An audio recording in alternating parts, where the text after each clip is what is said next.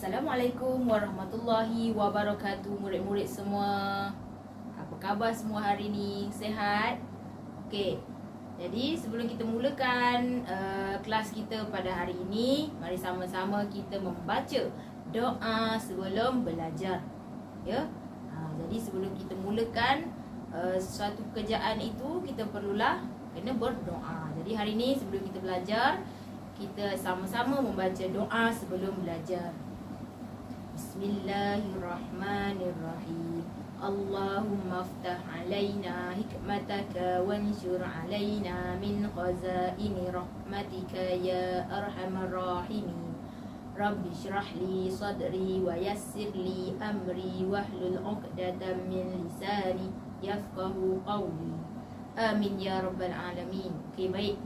Jadi, Ustazah nak tanya, semua hari ni sihat ke tidak? Sihat ke tidak? Tak sihat? Okey. Ali sihat? Sihat. Afina sihat? Okey, sihat. Okey. Jadi Ustazah harap sebelum kita mulakan kelas ini, Ustazah harap semua murid-murid dalam keadaan sihat walafiat ya. Jadi sekiranya anda ada batuk-batuk, sesama demam, jadi kena nasihatkan untuk pakai mask ya, supaya kita tidak dijangkiti oleh virus. Jadi kita sama-sama memakai mask semasa dalam kelas ya. Pastikan semua kena pakai mask. Okey, jadi sebelum kita mulakan kelas kita pada hari ini, okey, jadi Ustazah nak tunjukkan sesuatu.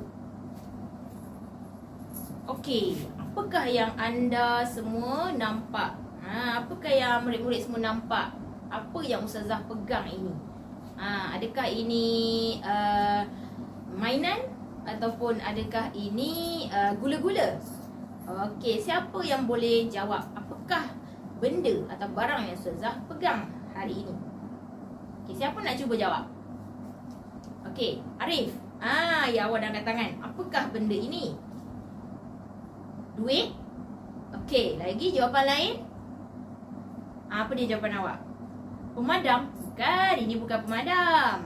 Okey. Okey. Jadi betul jawapan Arif tadi. Okey, ini adalah merupakan duit ya, duit kertas, iaitu wang ringgit. Kita ada RM1, kita ada RM50 dan kita ada duit shilling, iaitu berjumlah 50 sen, 50 sen dan 10 sen. Jadi ini adalah wang kertas dan duit shilling yang kita guna setiap hari. Jadi Ustazah nak tahulah, ada tak hari ni dia ada guna duit shilling dia masa dekat sekolah kebangsaan tadi tu? Ada tak? Pagi tadi kan awak sekolah kebangsaan kan? Ada guna tak duit kertas atau duit shilling semasa membeli di kantin? Ada? Ada. Memang. Jadi setiap hari awak menggunakan duit shilling atau duit kertas untuk membeli makanan ataupun untuk membeli barang-barang, membeli alat tulis kan. Ada tak yang beli pensel ataupun buku tulis ataupun pemadam, pembaris yang hilang-hilang tu? Jadi kita gunakan duit ini sebagai apa? Kita nak beli, kita nak beli mestilah kita guna duit kan. Jadi kita gunalah wang ringgit ini dan duit shilling ini sebagai bayaran kepada bayaran barang kepada harga tersebut. Jadi anda semua tidak heranlah kan? Anda semua mesti tahu ini duit kertas. Jadi semua dah tahu ini adalah duit kertas. Jadi apa tajuk yang akan kita belajar pada hari ini yang berkaitan dengan duit ni? Apa dia? Okey, jadi tajuk hari ini yang kita akan belajar iaitu adab berjual beli. Apa dia? Adab berjual beli. Jadi ketika kita membeli barang, kita semestinya harus tahu apakah adab-adab ketika membeli sesuatu barang itu. Tak kisahlah awak beli di kantin, di pasar, di supermarket ataupun di mana-mana saja, kita perlulah kena tahu apa dia adab-adab ketika membeli dan kesalahan ketika mencuri. Okey, baik. Jadi tadi kita dah terangkan mengenai barang-barang tadi. Jadi sekarang kita tengok apakah dia adab-adab ketika membeli. Okey, jadi sebelum kita membeli barang, kita sudah tahu, mesti kita tahu apa dia adab-adab kita, adab-adab ketika membeli, ketika berjual beli. Jadi semua nak tahu tak apa dia adab-adab ketika berjual beli? Okey, jom kita tengok. Okey, adab ketika berjual beli. Okey, sebelum kita nak tahu adab-adab dia, kita kena tahu dulu yang pertama, iaitu apakah maksud jual beli. Ada tak dekat sini tahu apakah maksud jual beli yang kita selalu kita guna dekat dalam kehidupan seharian kita? Ada tak yang sesiapa tahu? Semua nak bagi tahu? Okey, cuba jawab. Okey, betul. Selain tu, ada tak yang nak jawab? Pelajar perempuan Farah, nak jawab. Maka apa dia? Jual beli ialah pertukaran atau pertolakan. Salah, bukan? Okey, seterusnya yang lain nak cuba lagi. Pertambahan, penolakan. No, bukan? Okey, tak apa. Jom kita tengok apakah dia maksud jual beli itu. Okey, jual beli. Okey, apa maksud jual beli? Okey, jual beli ialah pertukaran sesuatu barangan dengan sesuatu yang lain, ya. Maksudnya pertukaran sesuatu barangan. Contoh, kita tukar. Contoh tadi kita guna duit tadi. Kita guna duit wang kertas tadi tu. Kita guna, kemudian kita nak beli sesuatu. Okey, contoh. Dengan duit kertas tadi RM1, kita nak beli. Jadi kita nak beli, kita kena tukarlah dengan sesuatu. Itu dikatakan pertukaran sesuatu barangan dengan sesuatu yang lain. Maksudnya, dengan duit RM1 tadi, kita boleh bertukar untuk kita dapatkan sesuatu. Ya, contoh, kita nak beli marker pen. Contoh harganya RM1, RM1. Jadi dengan wang RM1 ni, kita guna untuk kita dapat, kita bayar. Kemudian kita nak dapatkan pen ni dengan berharga RM1. Jadi, situlah situasi jual beli berlaku, ya. Contoh saya pembeli dan seorang ni penjual. Jadi kita jual beli berlaku. Jadi kita bagi duit untuk beli, untuk dapatkan satu pen yang berharga RM1. Jadi berlakulah di situ sesi jual beli. Maksudnya pertukaran sesuatu barangan dengan sesuatu yang lain. Contoh kita tukar tadilah duit ni, ataupun duit shilling pun boleh. Kita beli gula-gula 20 sen. Kita guna duit shilling 20 sen, kita guna dan kita dapatkan duit gula-gula tu dengan berharga 20 sen. Jadi itulah maksudnya jual beli yang berlaku kat situ. Jadi okey.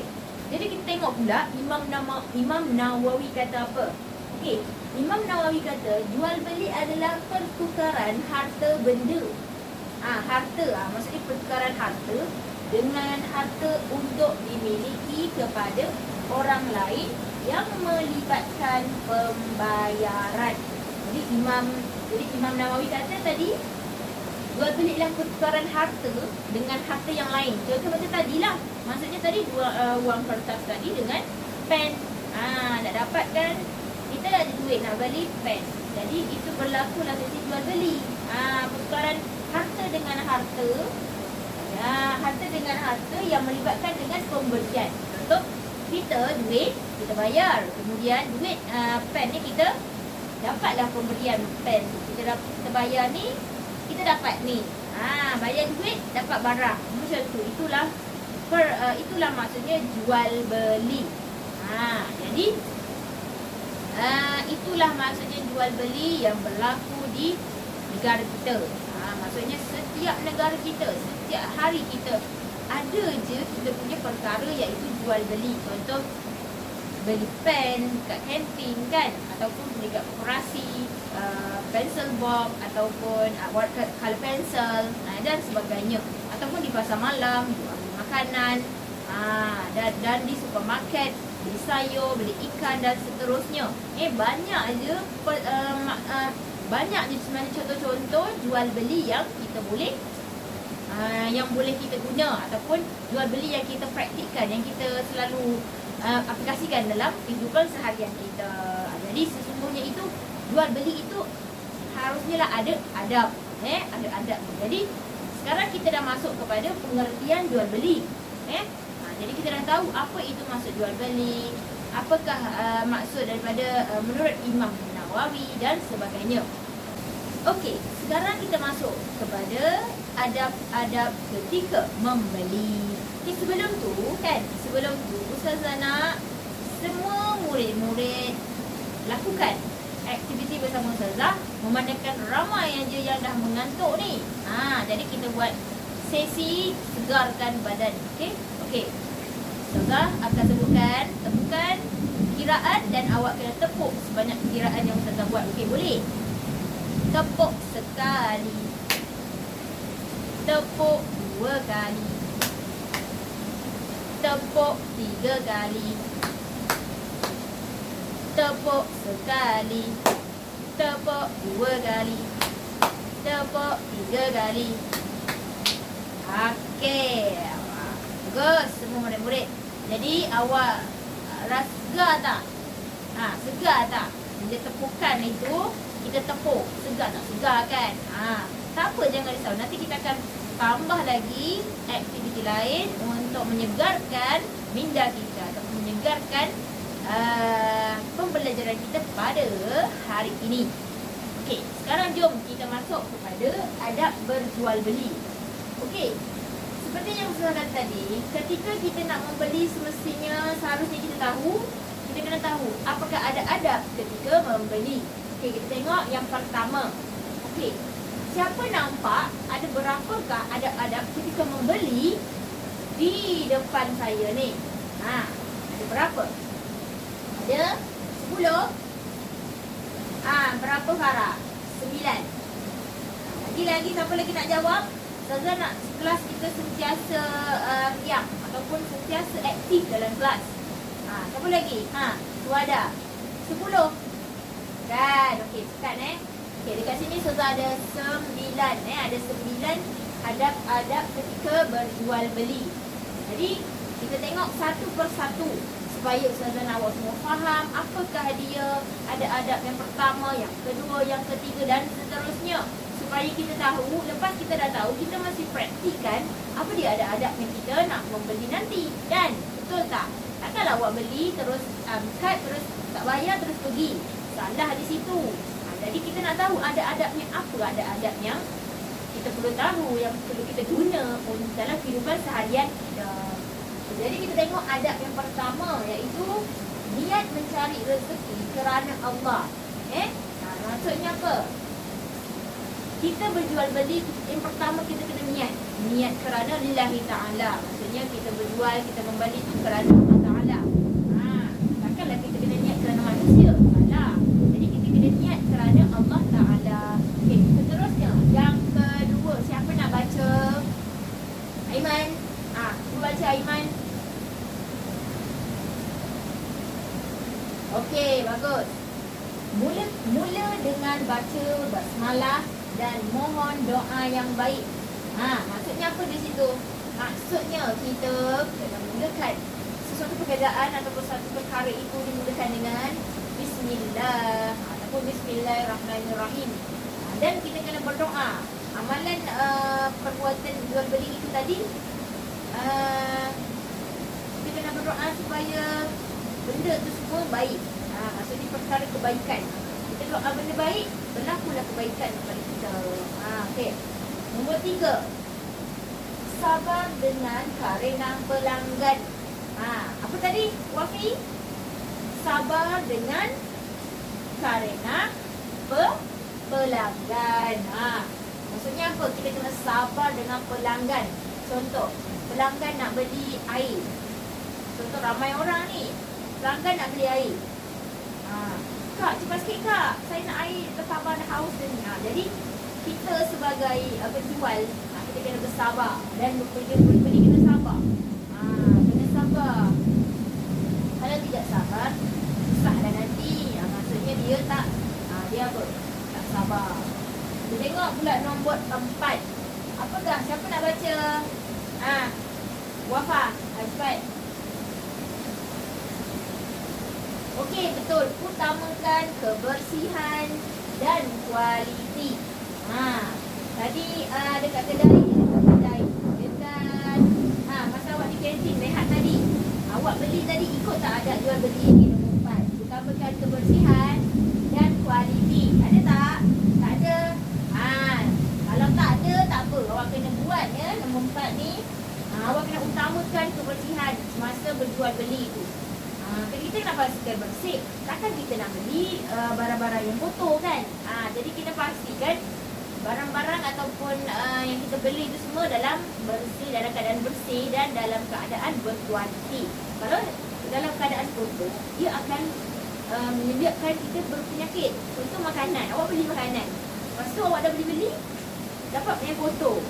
Contoh awak tak cari, awak tak check pun yang kotor, tiba awak makan dah sakit perut, kena pergi hospital semua. Dah ada satu masalah di situ. Jadi semestinya kita kena utamakan kebersihan itu dan apa? Dan ni kualiti. Kalau tidak ada kualiti, jadi maka rosaklah dalamannya. Jadi kita cari yang berkualiti. Pastikan dalam keadaan segar ataupun dalam keadaan bersih. Seterusnya, nombor 5, menggunakan bahasa yang sopan. Okey, menggunakan bahasa yang sopan. Jadi kita nak tahu dah, ada tak dekat sini yang membeli ataupun menjual, ada berjual beli ni dia menggunakan bahasa yang kasar. Contohnya, "Woi, makcik, saya nak beli satu coklat." Contoh. Ataupun kita boleh kata, "Makcik, satu coklat satu." Sekarang di situ kan. Jadi kita kena guna bahasa yang sopan. Contohnya yang baiklah. "Assalamualaikum makcik, saya nak beli satu pen boleh? Berapa harganya?" Macam tu baik. Jadi kita kena guna bahasa yang sopan dan tidak kesat. Okey, nombor 6 iaitu jujur ya, jujur. Jadi semua saya nak tahu juga, saya pandang sana, pandang sana, yang tengah saya tak pandang-pandang. Saya pandang, saya ke sini, ke sini, ke sini. Saya nak tanya belakang itu. Apakah nombor 6 ni? Jujur. Betul, jujur. Jadi jujur ini adalah merupakan adab berjual beli ya. Contoh adab berjual beli. Sekiranya kita tidak jujur, maka ada unsur penipuan dekat situ. Jadi maksudnya tipu lah kat situ. Jadi kita kena jujur. Contoh kita beli barang dalam tu kosong. Maksudnya tak jujur lah. Kita kena beli barang dalam tu yang berisi barang. Kalau ada kosong, maksudnya dia tidak jujur. Dia menipu di situ. Jadi kena pastikan adab kita, maksudnya jujur. Jangan contoh kita bayar RM2, kita kurang 20 sen, kita pun bayar RM2. Sepatutnya RM2.20. Tak boleh. Ini tak jujur, RM2 je tak boleh. Kena bagi yang betul, RM2.20. Bagi, bayar. Nombor 7, tidak berjanji palsu. Adab berjual beli yang ketujuh iaitu tidak berjanji palsu. Maksudnya dia tidak janji palsu, dia tidak berjanji palsu. Maksudnya dia tak janji yang bukan-bukan. Contoh malam ni bawa RM2 dekat rumah saya bagi makanan RM2 ya. Tapi dia apa? Tapi dia tipu kat situ. Dia tak bagi pun. Dia tak bagi. Dia bagi makanan yang berharga RM1. Tipu dah dekat situ kan. Jadi sebenarnya dia tidak berjanji palsu. Okey, nombor 8. Siapa nak baca nombor 8? Siapa nak baca? Tadi kat sini, kat situ, kat sini. Belakang. Siapa tu? Bangun. Okey, cuba baca nombor 8. Raha. Okey, cuba baca. Okey, betul. Jaga kewajipan terhadap Allah. Okey, betul. Jaga kewajipan terhadap Allah. Maksudnya apa? Kita kena menjaga kita punya kewajipan kita sebagai hamba Allah. Kita kena betul-betul buatlah. Adab berjual beli ni janganlah ada unsur-unsur penipuan, kecurian ataupun dan sebagainya. Jadi kita kena jaga kita punya hubungan dengan Allah dan sebagainya. Okey, nombor yang terakhir iaitu nombor 9. Kita nak semua orang baca nombor 9. Apakah dia adab jual beli yang terakhir nombor 9 kelas? Memberi layanan mesra. Okey, memberi layanan mesra. Jadi dalam ketika berjual beli, kita kena wujudkan layanan mesra, kena beri layanan mesra. Jangan beri layanan yang tidak mesra.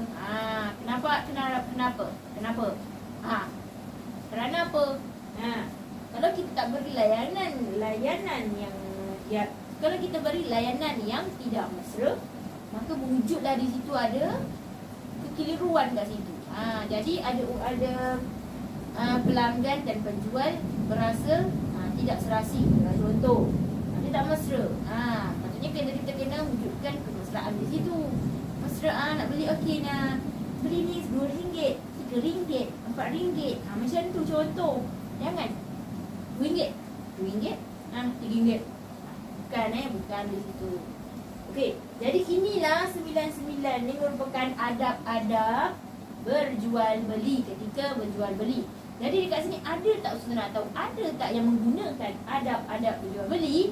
Antara yang ke-99 ni ada tak yang guna? Ada tak? Ada kan? Okey, mestilah ada, takkan tak ada kan? Jadi mestilah ada yang sabar. Ada tak tadi sabar dekat Karina? Sabar Karina pelanggan masuk kantin waktu beli makanan tadi. Pagi tadi ada tak? Ada kan? Mesti sabar, mesti utamakan kebersihan. Jadi saudara, untuk tajuk adab berjual beli ni, saudara semua murid dapat memahami apakah itu adab-adab berjual beli, apakah itu pengertian jual beli, apa dia 9 adab-adab tu. Jadi kita kena tahu. Bila kita dah tahu, kita dah boleh gunalah benda tu, adab-adab berjual beli tu di dalam kita punya perbuatan harian kita, ya. Tadi kita dah belajar mengenai adab-adab ketika berjual beli. Jadi awak semua tahu tak, sekiranya kita melakukan ataupun membuat perbuatan ataupun perkara berjual beli itu boleh mendatangkan masalah. Ada tak yang tahu? Masalah apa? Ada yang tanya, masalah apa Ustazah? Sebenarnya, okey, kita tengok sebenarnya, okey, dalam berjual beli ni, kita dah berjual beli, kita dah buat yang betul. Kita dah melakukan jual beli yang betul, dengan apa? Dengan halal, bukan yang haram, yang baguslah, yang baik. Tapi dalam situasi ini, okey, ketika jual beli ini berlaku, ada unsur kecurian akan berlaku ataupun perbuatan mencuri itu akan terjadi. Ada tak awak nampak dekat Malaysia ataupun dekat kedai awak ataupun kedai nenek awak atau awak, ada tak situasi kecurian berlaku ketika berjual beli? Mesti ada kan? Mesti ada. Ada tak ada? Tak apa. Ada. Mesti ada. Farah kedai ada kan? Ada tak yang berlaku macam ni? Maksudnya yang ada kecurian. Maksudnya dia nak jual beli tapi berlaku kecurian di situ. Ada kan? Contohlah, mestilah ada. Tapi tak banyak. Ada banyak tapi tak banyak. Ada dia sikit tapi tak banyak. Ada yang berlaku, ada tak berlaku, tengok tempat. Ada tempat berlaku, ada tempat tak berlaku. Jadi kita nak tahu, kalau dah kesalahan itu mencuri, kita kena tahu apakah pula hukumannya. Apakah hukumannya kalau kita dah jual beli tadi, dah berlaku jual beli, tiba kita mencuri. Contoh. Jadi apakah pelaksanaan hukuman? Apakah hukuman yang kita kena hadapi itu dengan perbuatan mencuri itu? Ada tak yang tahu? Apa yang pertama? Apa benda yang awak tahu? Agak-agak awak tahu. Potong tangan. Betul. Ada lagi? Potong lidah. Mana ada potong lidah? Tak ada. Lagi? Wafi. Potong kepala. Mana ada potong kepala? Belakang. Cepat fikir. Saya nak awak semua fikir apa benda yang jawapan saya nak dengar, jawapan-jawapan daripada awak semua. Apa hukuman kepada mencuri? Potong kaki. Potong kaki lagi, potong leher. Mana ada potong leher? Tak ada. Dalam Islam tak ada potong leher. Jadi kita nak tahu. Jadi kesalahan-kesalahan ini berada dalam bab apa? Akhlak ke, jawi ke, sirah ke, munakahat ke, jinayat. Cuba fikir. Jinayat. Betul. Okey, betul jawapan awak. Okey, hari ini kita akan sambung semula kepada bahagian, kepada tajuk, kepada mata pelajaran jinayat pula. Sebab tadi kita dah belajar tentang tajuk adab ketika jual beli kan. Maksudnya tadi jual beli dalam tajuk apa tadi tu? Tajuk akhlak. Jadi akhlak tadi ada tajuk adab kita jual beli. Tapi hari ni kita sambung semula. Kita nak kaitkan lagi adab jual beli tadi tu dengan kesalahan dia semasa jual beli, iaitu kecurian tu. Jadi kita nak tahu apa hukumannya.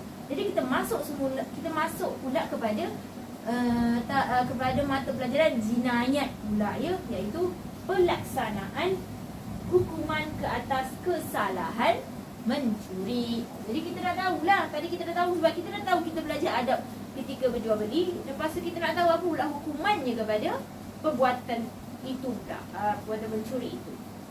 Jadi kita tengok, okey, dekat sini Ustazah ada tulis ada 4 perkara ya.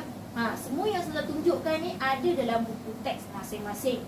Tadi dah Ustazah dah kata suruh buka teks masing-masing kan. Jadi awak tengok muka surat 56 ada benda ni. Awak standby buka, masing-masing kena buka.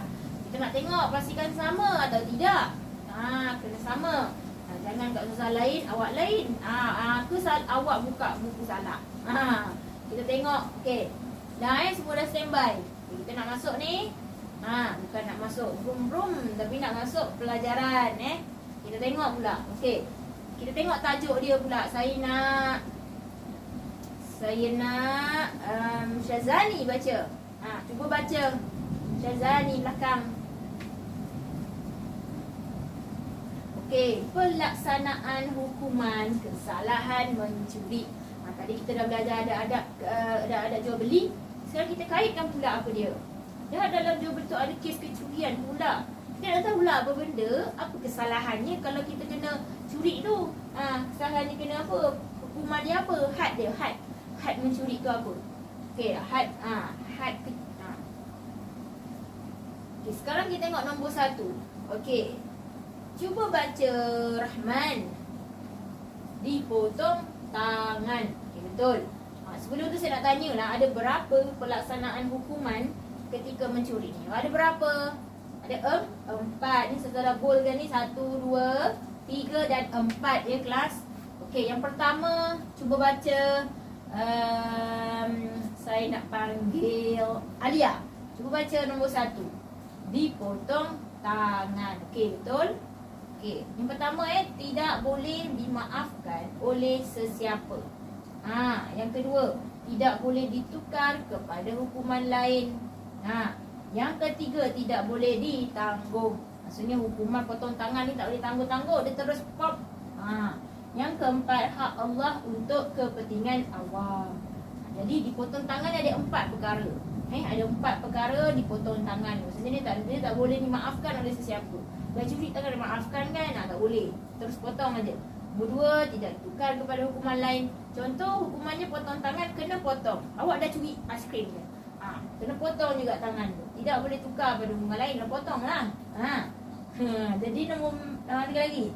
Tak boleh ditanggung. Tak boleh nak tanggung-tanggung. Takkan nak potong hari ni, besok pun potong. Tak boleh. Potong terus. Okay, nombor 2. Ni hak Allah kepada kepentingan awam.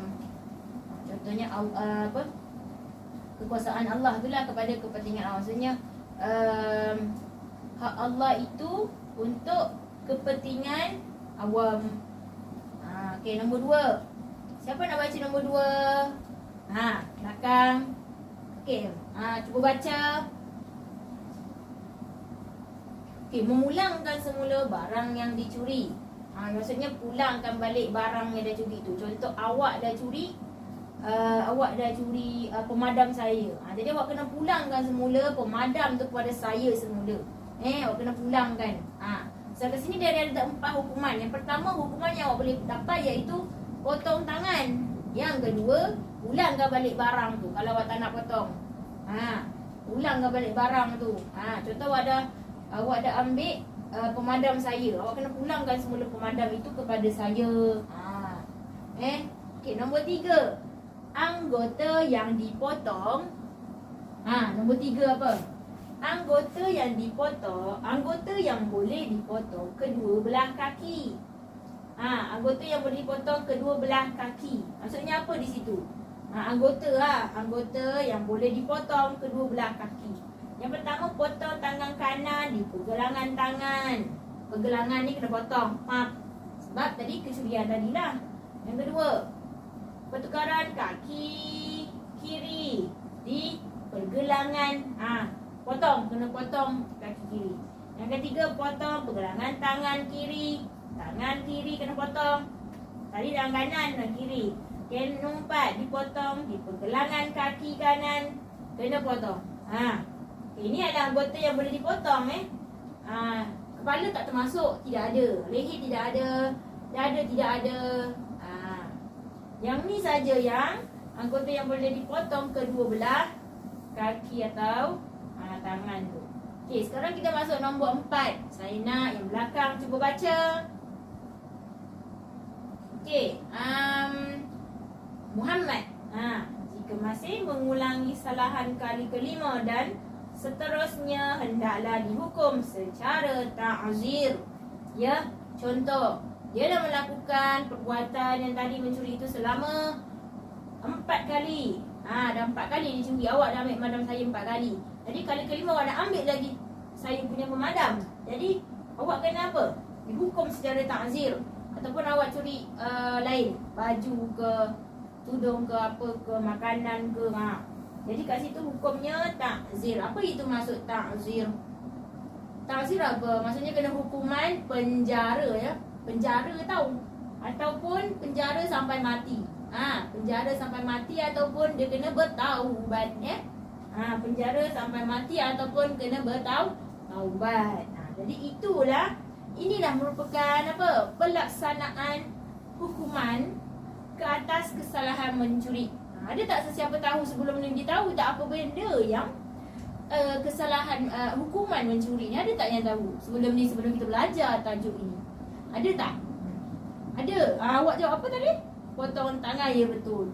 Itulah maksudnya awak dah tahulah potong tangan. Tapi hari ni kita dah tahu lebih dalam lagi kan. Lebih banyak lagi awak dah tahu. Ada 4. Potong tangan, pulang barang semula, anggota potong tangan dan kaki.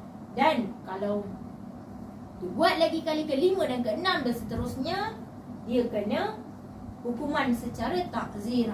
Okey, jadi sebagai rumusan, saya nak tanya, apakah yang awak belajar hari ini? Siapa nak angkat tangan? Okey, siapa? Wafi, cepat. Yang pertama awak akan dapat apa? Apa kita belajar tadi? Cuba sebutkan balik semula. Jual beli, okey, betul. Lagi? Jual beli, okey. Pengertian, lagi? Cepat Syahzani. Apa dia? Adab-adab. Adab-adab jual beli. Dan yang terakhir, apa dia yang terakhir? Pelaksanaan hukuman secara jual beli. Maksudnya hukuman mencuri. Maksudnya pelaksanaan hukuman. Apa dia hukuman yang akan dikenakan terhadap pencuri. Jadi dalam ketika dalam ketika aktiviti jual beli itu ada unsur kecurian. Jadi kita kena dah tahu dah apa hukuman terhadap mencuri, terhadap perbuatan itu. Apa hukuman yang dikenakan terhadap perbuatan tersebut. Jadi sini awak dah faham kan? Jadi kita telah belajar tadi, awak dah faham kesalahan dia apa maksud ada jual beli, apa jual beli maksudnya. Jadi Sazara, awak semua faham pelajaran kita pada hari ini, dan Sazara awak semua praktikkan pelajaran kita hari ini dalam kehidupan seharian kita, ya. Supaya awak faham lebih jelas lagi. Bila awak dah praktik, awak dah buat, awak baru awak jelas faham lagi betul-betul, ya.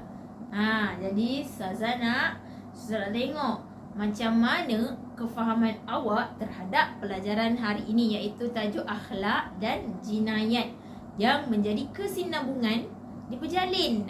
Daripada akhlak dan jinayat dia bergabung. Maksudnya awak faham tak dengan gabungan jalinan tajuk dua tajuk ini. Kita tengok dua subjek mata pelajaran ini. Jadi untuk sebagai itu, Sazana awak semua tengok untuk latihan ataupun latihan penilaian. Penilaian lah, maksudnya saya nak tahu antara awak semua faham ke tidak apa yang kita belajar tadi. Jadi awak semua boleh bersedia untuk lihat di paparan skrin di depan ini. Jadi suasana awak semua tengok betul-betul skrin di sini. Apakah jawapan dia? Apakah soalannya? Apa soalan dia nak? Betul ke tidak soalannya? Baca betul-betul dan fokus dengan pembacaan soalannya. Jangan kelang kabut. Jangan baca terburu-buru. Baca perlahan-lahan dan pilih. Masa yang diberikan hanyalah 20 saat sahaja. Jadi awak diminta semua untuk bersedia untuk menjawab, ya. Semua kena bersedia untuk menjawab.